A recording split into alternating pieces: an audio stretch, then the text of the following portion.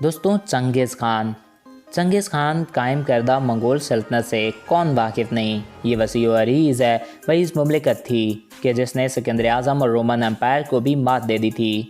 لیکن جس تیزی سے یہ سلطنت دنیا کے نقشے پر نمودار ہوئی، اس برف رفتاری کے ساتھ ساتھ اس کا نام و نشان بھی مٹ گیا، اور آج دنیا میں ایک ویران خطے میں منگولیا نام کا ایک بنجر اور غریب ملک پایا جاتا ہے۔ آخر کیا وجوہات تھیں کہ منگول، جن کی دہشت سے دنیا لرز جاتی تھی، ان کے عظیم الشان لشکر سے گزرتے وہ کسی کو غسل باقی نہ چھوڑتے، نہ انسانی آبادی باقی رہتی، آج وہ گزرتے ہوئے ماضی کا ایک قصہ کیوں بن گئے ہیں؟ کچھ لوگ منگولوں کی آپسی خانہ جنگی کو ان کے زوال کا سبب قرار دیتے ہیں، تو کوئی کہتا ہے کہ منگول مذہب اسلام میں داخل ہو گئے اور اپنی شناخت اس کے بعد کھو بیٹھے۔ لیکن آج ہم آپ کو وہ حقیقی وجہ بتائیں گے جس کی وجہ سے منگول اپنی پہچان کھو چکے اور تنکوں کی طرح بکھر گئے۔ یہ خبر تھی کہ منگولوں کے دور میں ایک آتشی شام پہاڑ کے پھٹنے سے نہ صرف منگول حکمرانوں کی جانیں چلی گئیں، بلکہ ان کی ناقابل تفسیر فوج بھی مٹی کا ڈھیر بن گئی۔ تو آئیے ہم آپ کو اس سارے واقعے کے بارے میں بتاتے ہیں کہ وہ کون سا خدائی عذاب تھا جس نے منگولوں کی سلطنت ختم کر دی۔ 1251 عیسوی چنگیز خان کا پوتا منگکولے خان منگولوں کا سب سے بڑا خاقان تسلیم کیا گیا۔ اس واقعے تک منگولوں کا اتحاد ہی ان کی سب سے بڑے ہتھیار کے روپ میں جانا جاتا تھا۔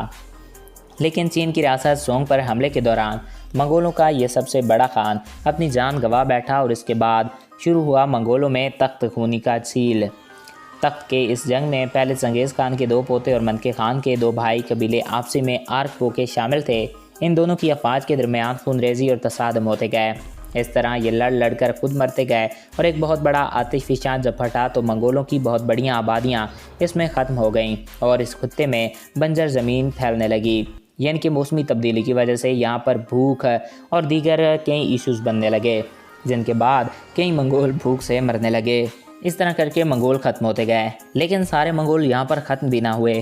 ناظرین، کیا آپ کو معلوم ہے کہ ہندوستان اور پاکستان کے بیشتر علاقوں پر مغلوں کی حکومت قائم رہی ہے، اور مغل لفظ منگول لفظ سے نکالا گیا ہے، اور یہ مغل ہی منگول تھے جنہوں نے یہاں پر لوٹنے کی غرض سے یہاں پر حملے کیے اور یہاں آئے۔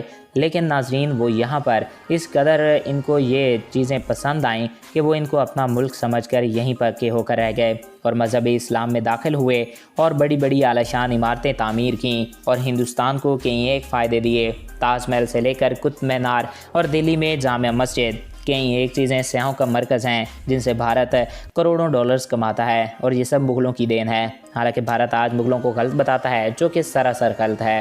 تو دوستوں، آئی ہوپ آپ کو یہ ویڈیو پسند آیا ہوگا۔ Thanks for watching.